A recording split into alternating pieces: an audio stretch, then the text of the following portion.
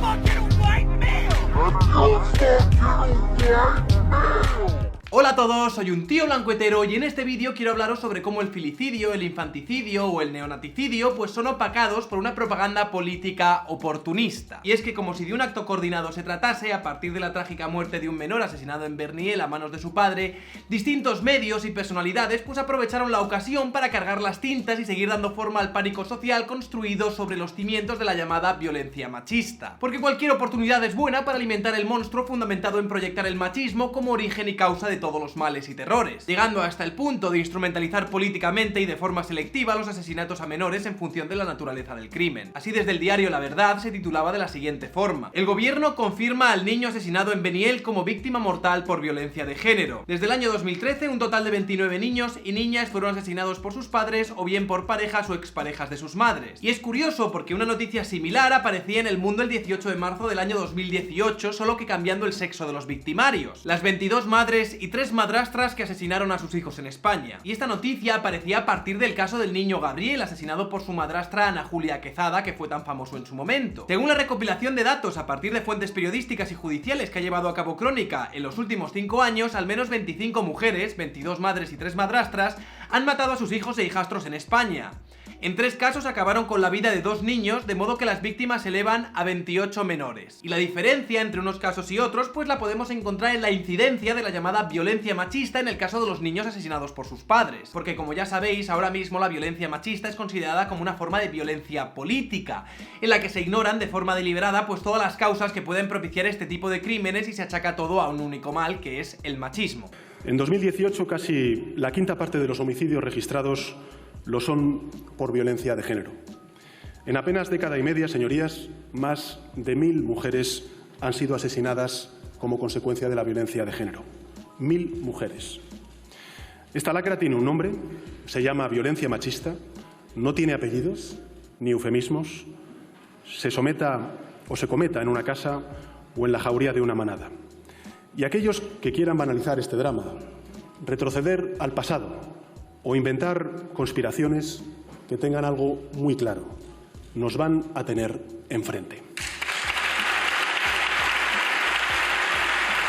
Y escuchando las palabras de nuestro presidente del gobierno en funciones, entenderíamos pues que cualquiera que intente escarbar o analizar estos crímenes por encima de esta categoría de machismo, pues se tratarían de personas que banalizarían la violencia contra las mujeres, conspiranoicos y gente con aspiraciones decimonónicas que quiere vivir pues en el siglo XIX, en el antiguo régimen o algo así. Ya que estas formas de violencia pues solo tendrían un apellido, y ese apellido es el machismo y solo el machismo. El machismo se convierte en el nexo y origen de todas estas formas de violencia y el impulso masculino de dominio como único factor desencadenante de la violencia contra las mujeres o contra los hijos de estas como forma de venganza hacia ellas. La estructura familiar, las enfermedades mentales, la falta de habilidades para la resolución de conflictos, el alcoholismo, las toxicomanías o los problemas económicos, pues se convierten en nimiedades a la hora del único aspecto fundamental de esta violencia, que es el machismo. Y cualquier análisis multifactorial necesario para obtener una fotografía clara de este fenómeno desde una perspectiva criminológica seria, pues desaparece en pos de una aproximación reduccionista a un problema que despierta una gran concienciación social. Y luego es Pedro Sánchez el que casi nos llama magufos a nosotros. En realidad se trata de un problema complejo del que desde la irresponsabilidad de nuestra esfera política y de distintas asociaciones y personalidades pues se dice tener la llave para solucionarlo, pero es mentira. Si la violencia machista se trata de una forma de violencia política, y así es como te lo quieren vender, como si fuese una especie de análogo de los crímenes de la banda terrorista ETA, por ejemplo,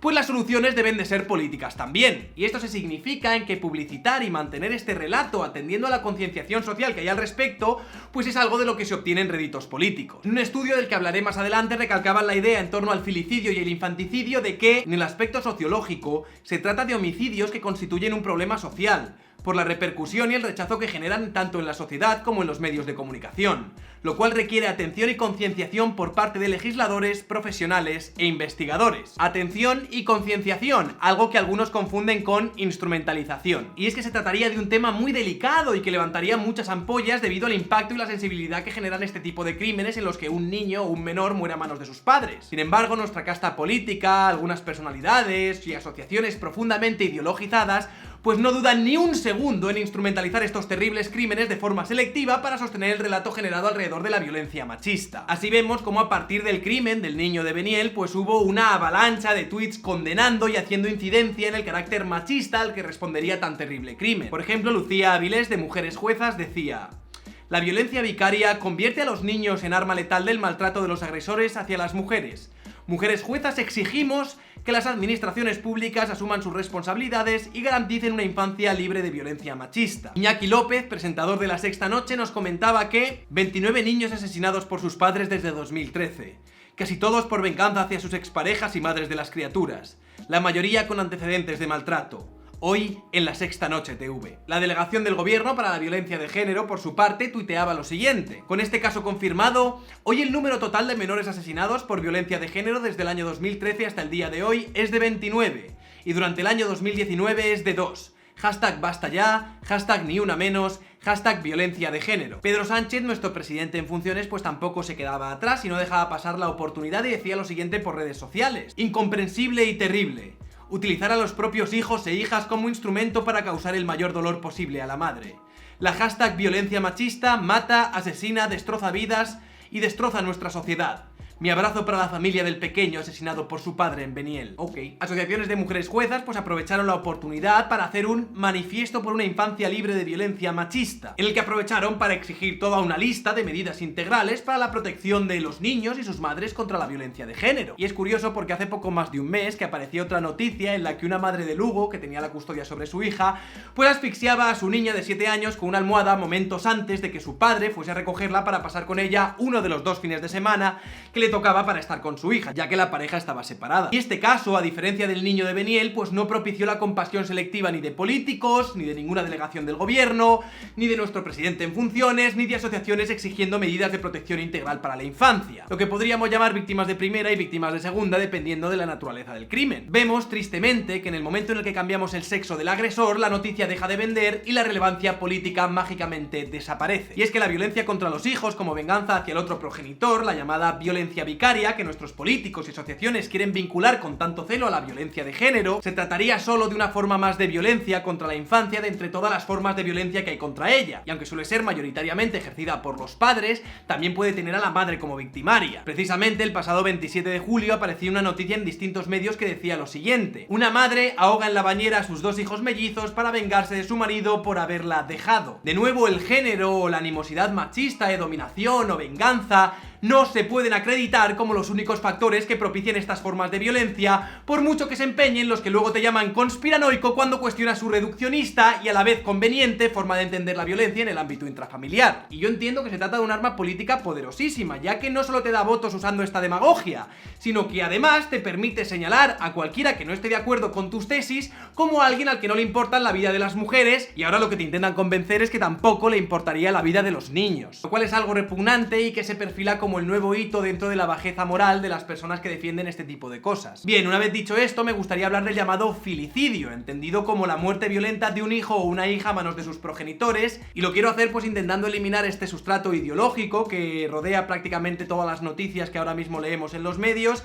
e intentando aportar de forma divulgativa pues una aproximación objetiva a la naturaleza de este tipo de crímenes. Y decía la criminóloga Carmen Velasco en su libro Criminalmente que la última vez que se tipificó en España el delito de infanticidio fue en el Código Penal de 1973, en el artículo 410, que decía lo siguiente: la madre que para ocultar su deshonra matare al hijo recién nacido será castigada con la pena de prisión menor. En la misma pena incurrirán los abuelos maternos que, para ocultar la deshonra de la madre, cometieran este delito. Y es que según Paz Velasco, el filicidio a menudo se asociaría a una actitud materna desviada, muchas veces motivada por los celos y la venganza. Paz Velasco diferenciaba lo siguiente: en los filicidios maternos la presencia de trastornos mentales en las madres es relativamente frecuente, mientras que en los paternos, cuando la muerte se produce, suele ser de forma accidental o como consecuencia de los malos tratos hacia el menor. Y es que hay algo que parece pronunciarse con unanimidad dentro de la comunidad criminológica, y es que los filicidios son cometidos en su gran mayoría por mujeres. Así lo afirmaba otra criminóloga, Beatriz Vicente, en La Sexta, en el expediente Marlaska. Como Rosario Porto. Rosario Porto estaría en el marco de las infanticidas, que por cierto también nos dirán que criminalizamos a las mujeres, pero casi el 70% de las infanticidas son mujeres. Y esto lo dicen estadísticas nacionales. Por ejemplo, desde el año 2013 han muerto 102 niños en España, de los cuales 67 han sido a manos de mujeres. Rosario Porta es una filicida, mató a su hija. Beatriz de Vicente decía que desde 2013 habrían muerto 102 niños en España, de los cuales 67 habrían sido a manos de mujeres. Unas cifras que, por cierto, coinciden con la recopilación que había hecho Mereces Saberlo, y un testimonio del que se haría eco ABC, que titulaba una noticia con las palabras de Beatriz.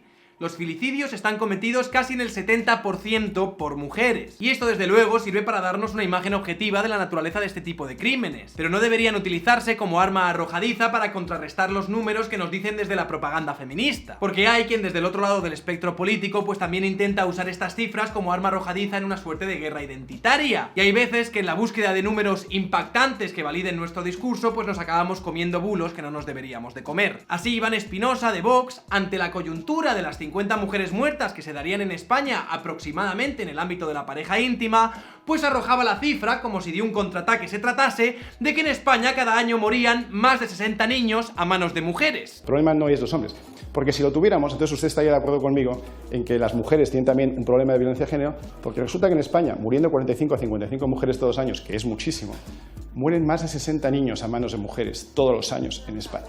A ver, quiere decir que mueren 60 niños que están cuidados por mujeres o por sus madres, por un accidente, por una enfermedad. O sea, no estamos hablando de asesinato. No.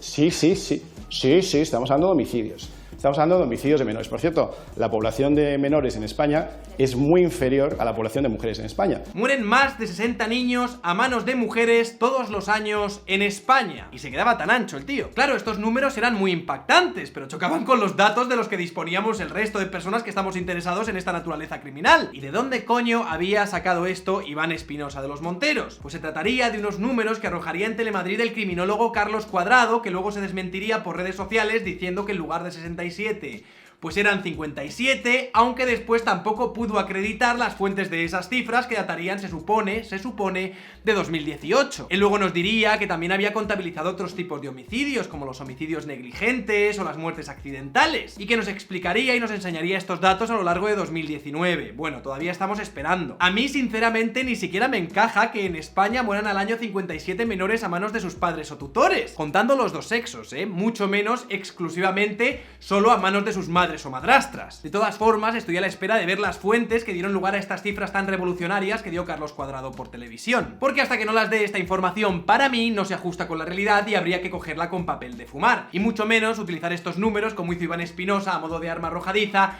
diciendo que había más de 60 niños que en España todos los años morían a manos de mujeres. Porque las guerras de números con fines políticos para remarcar el sesgo identitario de un determinado grupo que cometería más crímenes que el otro, en estos casos pues me parecen inútiles.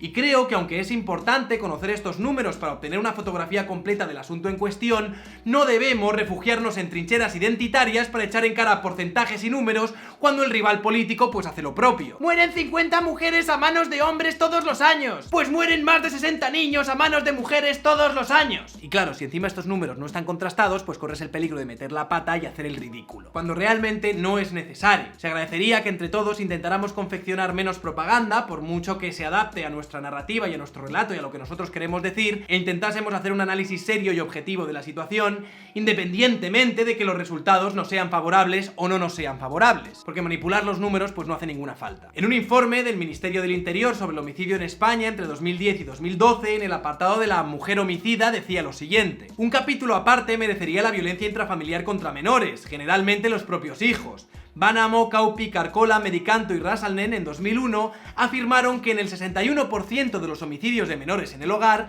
la autora era la madre frente al 37% de los casos en los que era el padre o padrastro. En este informe también podíamos leer algo que ya es frecuente de observar entre todos los criminólogos cuando hablan de infanticidio, y es que cuanto menor es la víctima, pues más probable es que la autora haya sido la madre, y cuanto más avanzada es la edad del menor, más posibilidades hay de que sea el padre el culpable de este tipo de crímenes. Los menores asesinados por sus madres solían ser de menor edad que los asesinados por los padres, y los medios más frecuentes eran los golpes, ahogamientos y estrangulaciones. Putkonen, Amon, Eronen, Clear, Almiron, Cederwall y Weisman-Henelius en 2010 encontraron que los padres solían ser diagnosticados con más frecuencia de abusos de sustancias y las madres de desórdenes psicóticos, y que en el año previo al homicidio casi un tercio había pedido ayuda por problemas de salud mental. Un estudio sueco de 2014 ha mostrado que los trastornos psicológicos, psicosis en las mujeres y trastornos afectivos en los hombres, y los intentos de suicidio previos son fuertes factores de riesgo para el filicidio. Tragar, Nilsson, Granath y Sturup en 2016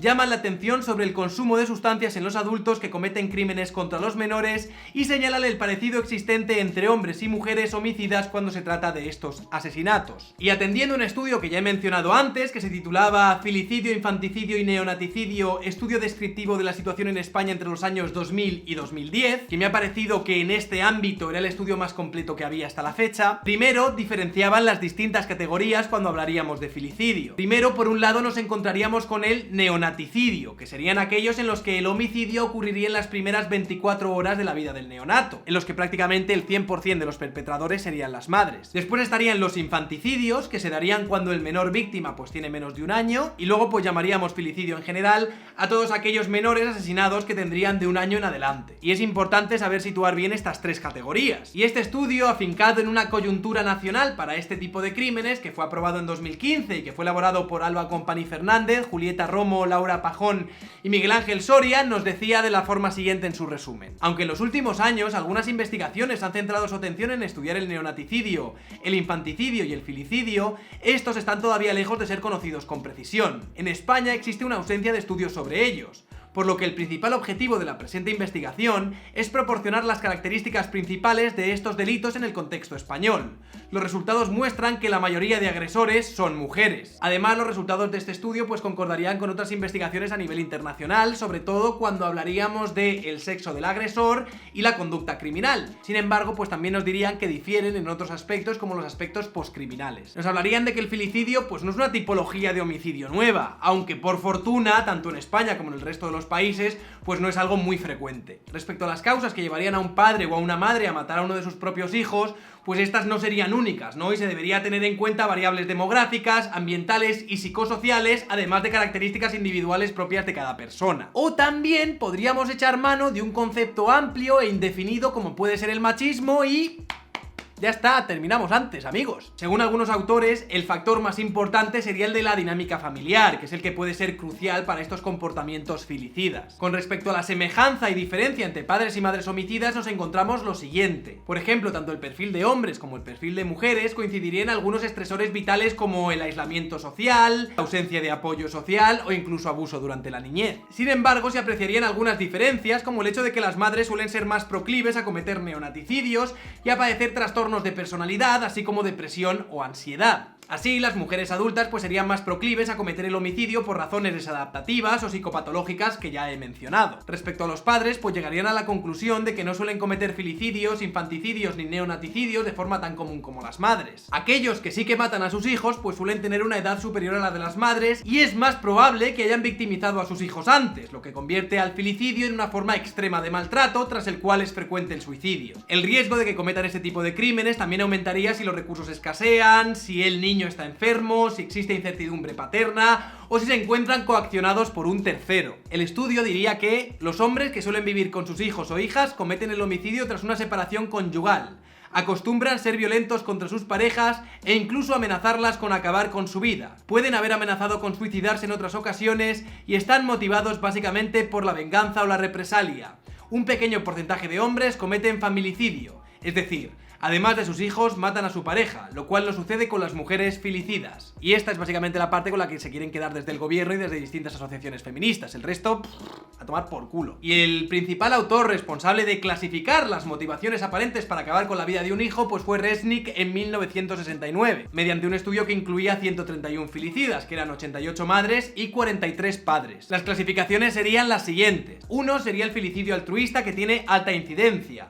se divide en dos. Primero, cuando está asociado con suicidio, los padres aseguran la imposibilidad de abandonar a sus hijos al suicidarse, motivo por el cual tenían que morir con ellos, y el segundo, para mitigar el sufrimiento que puede ser real o imaginado. Se trata de aquellos filicidios que se supone se harían por compasión hacia los propios hijos, o así lo justificarían los padres. Otro sería el psicótico severo, en lo que los padres están bajo la influencia de alucinaciones, epilepsias o delirios, aunque también se puede incluir en estos casos cuando no se puede asegurar un motivo comprensible. El tercer tipo en esta clasificación sería el del infante no deseado, que el homicidio se presenta porque el hijo o la hija pues no eran deseados o no eran queridos por parte del padre o la madre, y las motivaciones suelen estar relacionadas con problemas con la paternidad/maternidad, carga económica e impedimentos potenciales en su carrera. El cuarto sería el filicidio accidental, que incluiría las causas por maltrato en el cual no se desea la muerte de los propios hijos, y se trataría de explosiones violentas e impulsivas, en particular durante la aplicación excesiva de disciplina. Las madres presentarían en general menos violencia abierta, pero sus métodos serían igualmente fatales. Y el quinto y último sería el filicidio por venganza al cónyuge, en el que el objetivo es hacer sufrir a la pareja por medio del homicidio a sus hijos o hijas. En 1979, otro criminólogo de nombre Dorban redefinió la clasificación anterior, basándose en un estudio de 89 mujeres, y lo hizo de la siguiente forma. 1 serían madres abusadoras, que agreden a la víctima de forma impulsiva. 2, enfermedad mental de la mujer, que mataría a su hijo como resultado de una psicosis aguda, depresión o trastornos de personalidad.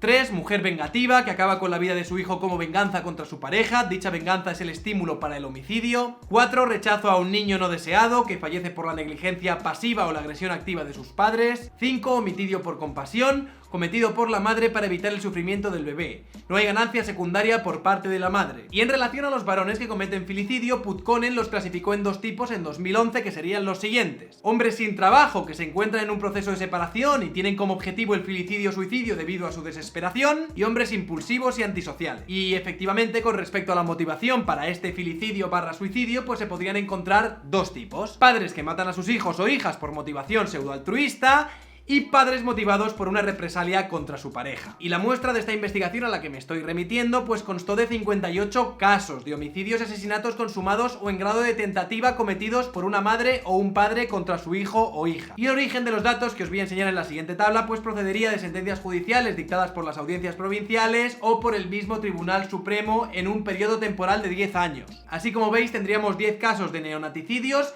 perpetrados en su totalidad por mujeres, 11 casos de infanticidio, 7 perpetrados por hombres y 4 perpetrados por mujeres, y 30 casos de filicidios, 18 de ellos perpetrados por hombres y 19 por mujeres. Y en lo que se refiere a la prevención de este tipo de crímenes, y esto es a mí lo que me interesa, se diría lo siguiente: a efectos de la intervención para la futura prevención del filicidio, destacan las necesidades de las familias en casos de problemas mentales, separación de los padres, violencia doméstica, abuso de sustancias y ludopatía. Asimismo, los relacionados con políticas sociales relativas a la disponibilidad y acceso a servicios de la salud y bienestar, como la anticoncepción, controles prenatales, el aborto, praxis médica, cuidado de los hijos e hijas, apoyo a los ingresos y formación de las familias, y en especial sobre niños y niñas pequeños. Asimismo, cabría también tener en cuenta condicionantes sociales como el bienestar económico, la geografía del lugar, los niveles poblacionales, estructura como la edad, cultura, etnia, la flexibilidad laboral, el nivel de violencia hacia los niños o las desigualdades y conflictos. El conocer su posible influencia en este tipo de delitos y saber qué familias los padecen pues tiene una vertiente preventiva importante. Y creo que esta es la forma en la que deberíamos aproximarnos a todas las formas de violencia en general, analizando todos los factores que puedan influir en la comisión de este tipo de delitos y siendo conscientes y honestos al hablar de la complejidad que hay detrás de estas violencias y de sus perpetradores. Si por nuestro ánimo de instalar un relato ideológico concreto eliminamos toda complejidad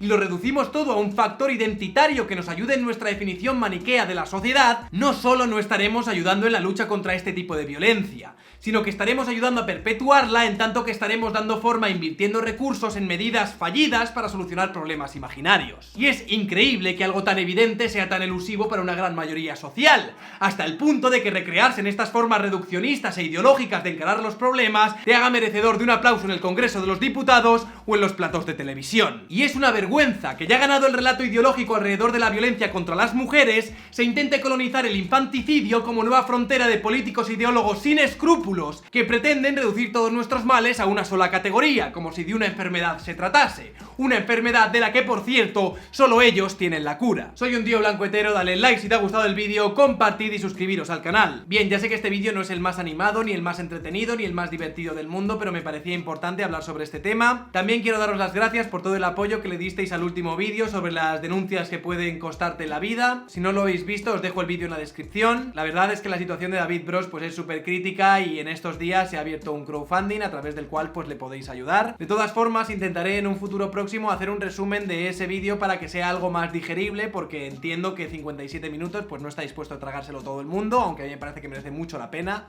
Así que intentaremos hacer una versión más pequeña para que sea más fácil de viralizar, porque creo que el caso de David Bros lo tiene que conocer cuanto más gente mejor. En fin, muchas gracias a la gente que comparte mis vídeos, muchas gracias a la gente que me apoya, muchas gracias a la gente que me apoya por PayPal, muchas gracias a los que me apoyáis por Patreon, a mis privilegiados, opresores, machirulos, señoros y otros tíos blancos hetero.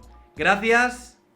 No podía hacer esto sin vosotros. Deciros que ahora sin Twitter me siento muchísimo más liberado y le estoy empezando a dar más caña a mi cuenta de Instagram, que os voy a dejar también en la descripción por si me queréis seguir por Instagram, que es una red, por cierto, mucho más amigable. Colgaré stories dando mis opiniones sobre temas relacionados con un tío blanco hetero y sobre otros temas que a lo mejor no están relacionados con un tío blanco hetero, como reseñas de películas o series u otros temas de los que me gustaría hablar, pero no entrarían en la temática oficial de un tío blanco hetero. Aparte de anunciar vídeos y concursos y demás, así que seguidme en Instagram. En un futuro próximo haré un vídeo hablando sobre la pornografía y también hablaré de cómo va el caso con la feminista Yolanda Domínguez, que muchos me habréis preguntado. Tráetela la cosa, tráetela. Y bueno, que no tengo mucho más que decir. Un saludo y hasta otra. ¿Qué tal, chavales? Hoy me he levantado con la noticia de este señor en Estados Unidos que ha ido a ver la película de Vengadores Endgame 200 veces. Veis que se hace una foto en Twitter muy contento. 200 veces, una película de 3 horas, son 600 horas viendo la película. 600 horas son 25 días de tu vida. Teniendo en cuenta que la película salió el 26 de abril, podríamos decir que en 3 meses este señor le ha dedicado un tercio de su vida a ver la película de los Vengadores. Y bueno, y aquí vemos a su familia y amigos, ¿no?, que muestran todo ese apoyo y casi lo celebran en la vez 200. Y no debía de ser un chico muy querido cuando la gente que está a tu alrededor celebra que te hayas pasado un tercio de tu vida en el cine en los últimos 3 meses. Y este chico no necesita que le deis vuestro apoyo por haber ido a ver la película 200 veces. Necesita que sus amigos y su familia le hagan una intervención y que le lleven al psicólogo lo antes posible por haber hecho esta puta barbaridad.